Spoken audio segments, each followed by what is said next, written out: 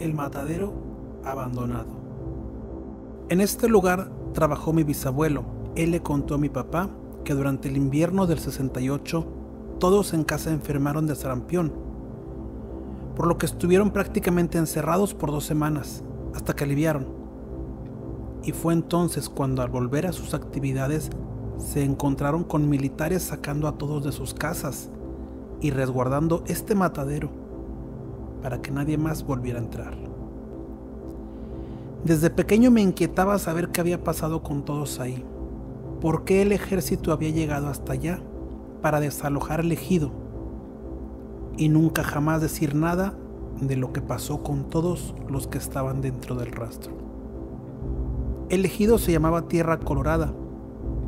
Esto debido a que el mayor ingreso de todos era la venta de carne de las reses que sacrificaban en el matadero. La sangre de los animales había hecho que el suelo se volviera color rojo. No solo dentro del rastro, los patios y algunos metros alrededor tenían el mismo color. Llevé mi investigación más allá de un simple buscador de internet. Me aboqué en la correspondencia que mi padre guardaba en aquel viejo cajón para poder saber dónde y a quién buscar. Enlisté los nombres de los remitentes de los sobres. Valiéndome de algunos conocidos, pude dar con los datos generales de las personas. En algunos casos se trataba de homónimos. Sin embargo, algunos sí eran las personas que buscaba. Como era de esperarse, algunos ya habían fallecido. Otros fueron imposibles de localizar. Solamente pude contactar con uno, y con él encontré las respuestas que me permitieron saber lo ocurrido en el matadero abandonado de Tierra Colorada. Su nombre era Fidel Bernal. Tenía 60 años actualmente, por lo que durante el invierno del 68 su edad rondaba los 10 años.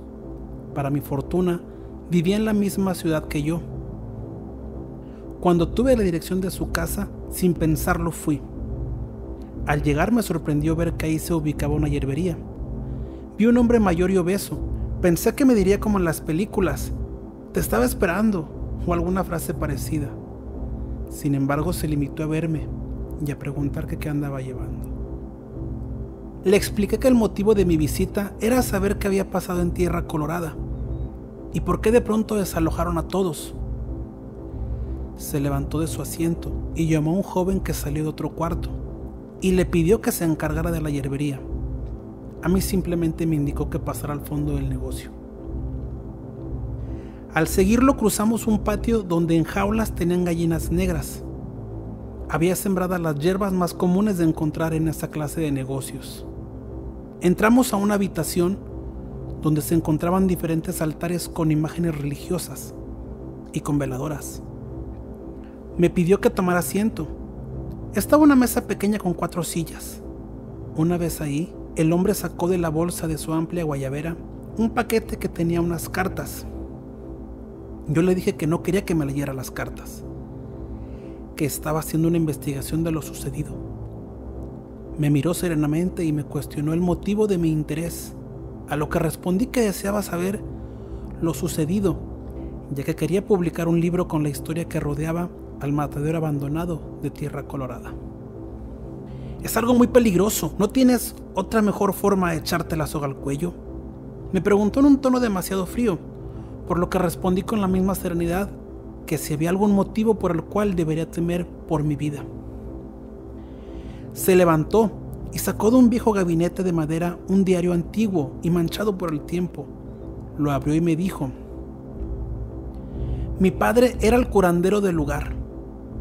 Él les avisó que algo muy malo pasaría con la llegada de los fuereños al ejido, pero solo unos cuantos le creyeron. Sin embargo, no le hicieron caso. Esos hombres llevaron la maldición a Tierra Colorada y con ello desataron el demonio y la muerte en ese lugar". Le pedí que me diera más detalles, que no sabía de lo que me hablaba. Me respondió que nadie sabía nada ni debía saberlo, y que si me lo contaba era porque sabía que no arriesgaría mi vida escribiendo todo en un libro, todo lo que él me diría. Me explicó que durante el año de 1968 a México llegaron muchos extranjeros. Venían por los juegos que se celebrarían. A Tierra Colorada llegaron 3 alemanes, los cuales tenían el propósito de ir a cazar venados en lo alto de la montaña. Mi primer pensamiento fue que tal vez ellos habían expandido algún virus experimental, como acto terrorista previo a las Olimpiadas, provocando el sarampión en los pobladores, pero su historia fue más allá. Sus nombres nadie podía pronunciarlos. Llegaron hasta nuestra casa y le compraron a mi papá cosas que solo los que se dedican a la magia negra podían utilizar. Subieron a la montaña y a los 3 días solo regresó uno de ellos. Lo hizo a medianoche, bañado en sangre. En su estómago tenía clavados los cuernos de un venado. Hablaba en su idioma, pero nadie le entendía. Mi papá y yo lo vimos. Entró al rastro, donde estaba el velador. El alemán parecía huir de algo. Mi papá dijo que era producto del demonio que habían invocado en lo alto del cerro. Esa es la forma en la que el diablo te muestra que no eres digno de servirle. Me contaba la historia con tanta elocuencia que resultaba difícil mantenerse ajeno a la emoción de cuestionarle más sobre el tema.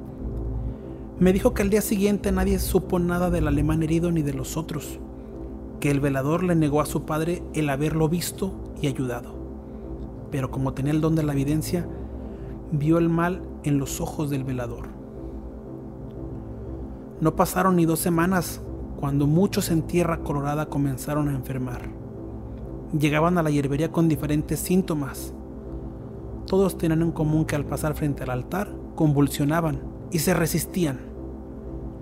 Mi papá le pidió a mi mamá que no nos dejara salir mientras se mantenía la epidemia, la peste infernal como él le llamaba. Aseguraba que todos los ciudadanos estaban malditos y que la culpa la tenían los alemanes que habían invocado al demonio. Sentía la historia en ocasiones demasiado fantasiosa, pero cuando le cuestionaba algo, su respuesta tenía sólidos fundamentos. Por ejemplo, cuando le pregunté que si la autoridad no había investigado las desapariciones de los supuestos alemanes o el brote de sarampión en la localidad, respondió que todos estaban concentrados con el movimiento estudiantil de ese año, así como con los Juegos Olímpicos. Mi papá consultó las cartas y se dio cuenta que el mal estaba albergado dentro del matadero. Para noviembre ya habían muerto los familiares de los empleados del rastro. Ellos llevaban la maldición a sus hogares, enfermando a todos en sus casas. La autoridad decretó que era sarampión, pero no fue así. Fue una peste maldita. Los síntomas que tenían eran los de una posesión. Mi papá corrió la voz e hizo que las personas que aún no enfermaban se encerraran en sus casas, que no salieran. Solo de esa forma se pudo evitar una mayor propagación de ese mal que los alemanes liberaron. Sus palabras llevaban emoción e intriga. Por momentos pensaba que me contaba el guión de una película y no lo que había pasado en Tierra Colorada. Al hacer una pausa le pregunté directamente qué había pasado en el rastro, por qué lo habían cerrado con la gente adentro. Me miró firmemente y me dijo que dentro del rastro ya no había ninguna persona viva, que su padre había entrado la noche del 9 de diciembre y que pudo ver cómo las personas se dejaban caer en las máquinas cortadoras de carne, dejando que su sangre infectara la tierra, volviéndola estéril y maldita para la eternidad. Mi padre, al ver la barbarie que pasaba, salió del matadero e intentó prenderle fuego al lugar, en un intento inútil de purificar la tierra. Sin embargo, la tierra roja impedía que las llamas crecieran y las sofocaban. A la mañana siguiente bajó hasta la comisaría más cercana, donde les contó lo sucedido. Fue cuando regresó con el ejército y el resto de la historia pues ya lo debe conocer. Buscó en el libro amarillento y me dio una foto vieja y maltratada del matadero. Me dijo que la había tomado durante los años 70, cuando volvió a Tierra Colorada, pero encontró un lugar cuidado por militares. Le pregunté que cuál era la parte de la historia que podría poner en peligro mi vida si lo revelaba, a lo que me respondió que todo, que el gobierno jamás permitiría que se supiera un tema tan escabroso, y donde ellos jamás prestaron atención ni evitaron esas muertes, además de que no tendrían manera de explicar qué fue lo que provocó que los empleados del rastro se suicidaran de una forma tan horripilante.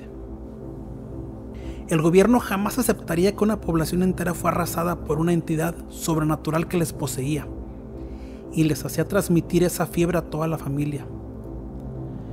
Tampoco podrían explicar por qué sacrificaron a muchos en el ejido. Los orchos entraron a Tierra Colorada. Solo dejaron irse a los que no estaban enfermos. Los que presentaban los síntomas del sarampión eran sacrificados como ganado enfermo. De un tiro en la frente se les ultimaba. ¿Tú crees que el gobierno se caería tan a gusto si tú cuentas la historia? ¿Por qué crees que después de eso se preocuparon por erradicar el sarampión? Me levanté y le pregunté que por qué razón me había contado todo, que si no tenía miedo que yo hablara de los hechos involucrándolo. Me respondió con serenidad que yo tenía derecho a saber lo sucedido, ya que era probable que alguien de mi familia hubiera muerto, y yo debería saber la verdad. Me dio la foto y me dijo que podría guardarla, que esa era toda la historia y que no volvería a repetirla nunca más. Hoy por la mañana vi en el diario que ayer por la tarde fue asesinado en el local él y su ayudante. Las noticias informan que era una casa de seguridad de una banda de secuestradores y que la hierbería solo servía como pantalla para engañar a la gente. Yo que estuve ahí sé que nada de lo que se publica es verdad. Creo que a final de cuentas la historia es cierta y sus sospechas de que el gobierno hará todo lo necesario para mantener la información oculta también es verdad. Creo que la vida de quien sepa esto estará siempre en un grave peligro.